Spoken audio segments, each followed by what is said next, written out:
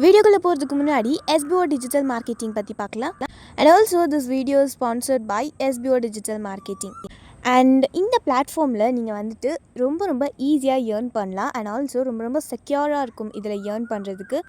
இதை பார்த்தீங்கன்னா full details வேணும்னா உங்களுடைய நேம் அண்ட் குவாலிஃபிகேஷனை நான் சொல்கிற வாட்ஸ்அப் நம்பருக்கு சென்ட் பண்ணுங்கள்.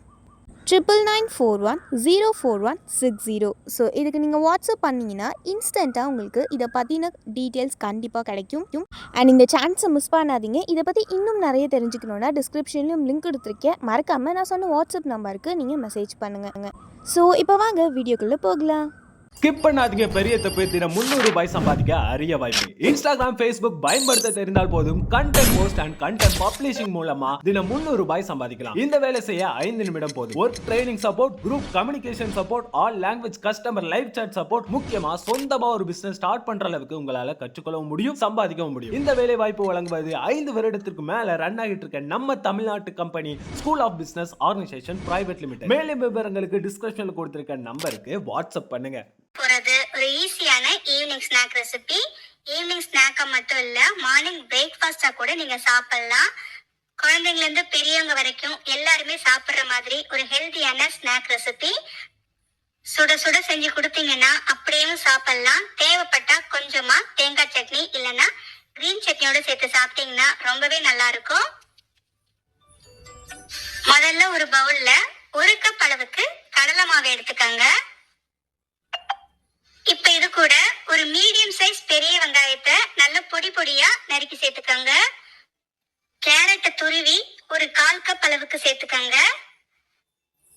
பொடியாய் நறுக்கிய கொடமிளகாய் ஒரு 2 டேபிள் ஸ்பூன் சேர்த்துக்கங்க. கொடமிளகாய் இருந்தா சேர்த்துக்கங்க, இல்லைன்னா ஸ்கிப் பண்ணிக்கலாம். அடுத்து 2 பச்சை மிளகாய நல்ல பொடி பொடியா நறுக்கி சேர்த்துக்கங்க. குழந்தைங்களுக்கு கொடுக்கற மாதிரி இருந்துச்சுன்னா பச்சை மிளகாய ஸ்கிப் பண்ணிக்கங்க. அடுத்து இதுல கொஞ்சமா மஞ்சள் தூள் சேர்த்துக்கலாம்.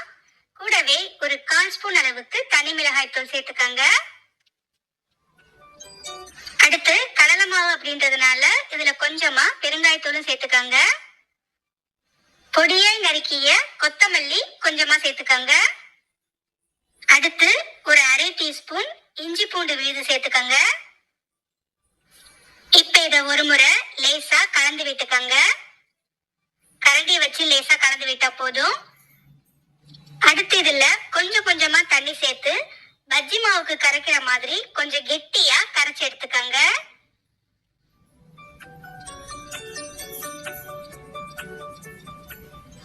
இப்ப பாத்தீங்கன்னா கொஞ்சமா தண்ணி சேர்த்து இந்த அளவுக்கு கொஞ்சம் கெட்டியா இருக்கிற மாதிரி கரைச்சி எடுத்தாச்சு. அடுத்து இதுல தேவையான அளவு உப்பு சேர்த்துக்கலாம்.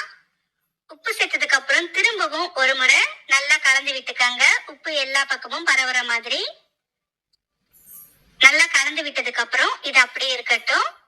அடுத்து ஒரு 3 பிரெட் எடுத்துக்கங்க. நான் இன்னைக்கு வீட் பிரெட் எடுத்திருக்கேன். நீங்க எந்த பிரெட் வேணாலும் எடுத்துக்கலாம். இப்ப இத கொஞ்சம் பெரிய பீசஸா இந்த மாதிரி நறுக்கி எடுத்துக்கங்க. இப்ப இந்த பிரெட்டை நாம கலந்து வச்ச மாவுல சேர்த்து ஒரு ஸ்பூனை வச்சு 2 பக்கமும் மாவு எல்லா பக்கமும் படுற மாதிரி ஸ்ப்ரெட் பண்ணி விட்டுக்கங்க. கையால செஞ்சீங்கன்னா சரி வராது. ஸ்பூனை வச்சு செய்யும் போது நமக்கு உடையாம சரியா வரும். இப்ப எல்லா பக்கமும் மாவு இந்த அளவுக்கு கோட்டானதுக்கு அப்புறமா ஒரு அகலமான பேன்ல கொஞ்சமா எண்ணெய் சேர்த்துக்கங்க. 1 டேபிள் ஸ்பூன் எண்ணெய் சேர்த்தாலே போதும். இப்ப இந்த எண்ணெயில ஒவ்வொரு பிரெட் துண்டா மாவுல நல்லா நினைச்சு சேர்த்துக்கங்க. எண்ணெய் பாத்தீங்கன்னா உங்க விருப்பம்தான். இன்னும் கூட தேவைப்பட்டா ஒரு 5-6 டேபிள் ஸ்பூன் எண்ணெய் சேர்த்து நல்லா பொரிஞ்சு வர மாதிரி கூட நீங்க பொரிச்சு எடுத்துக்கலாம். நான் இன்னைக்கு ரொம்ப குறைவான எண்ணெயில செய்ய போறேன். அதனால 1 டேபிள் ஸ்பூன் எண்ணெயே இதுக்கு போதுமானதாக இருக்கும். உங்க விருப்பத்துக்கு ஏத்த மாதிரி நீங்க எண்ணெய கூட குறைய சேர்த்துக்கலாம். இப்ப இதை சேர்த்ததுக்கு அப்புறம் அடுப்பை மீடியம் ஃப்ளேம்ல வச்சு நல்லா வேக விடுங்க. 1-2 நிமிஷத்திலேயே ஒரு பக்கம் லேசா செவந்து வந்திருக்கும். அடுத்த பக்கமும் திருப்பி விட்டு அடுத்த பக்கமும் நல்லா செவந்து வர வரைக்கும் வேக விடுங்க.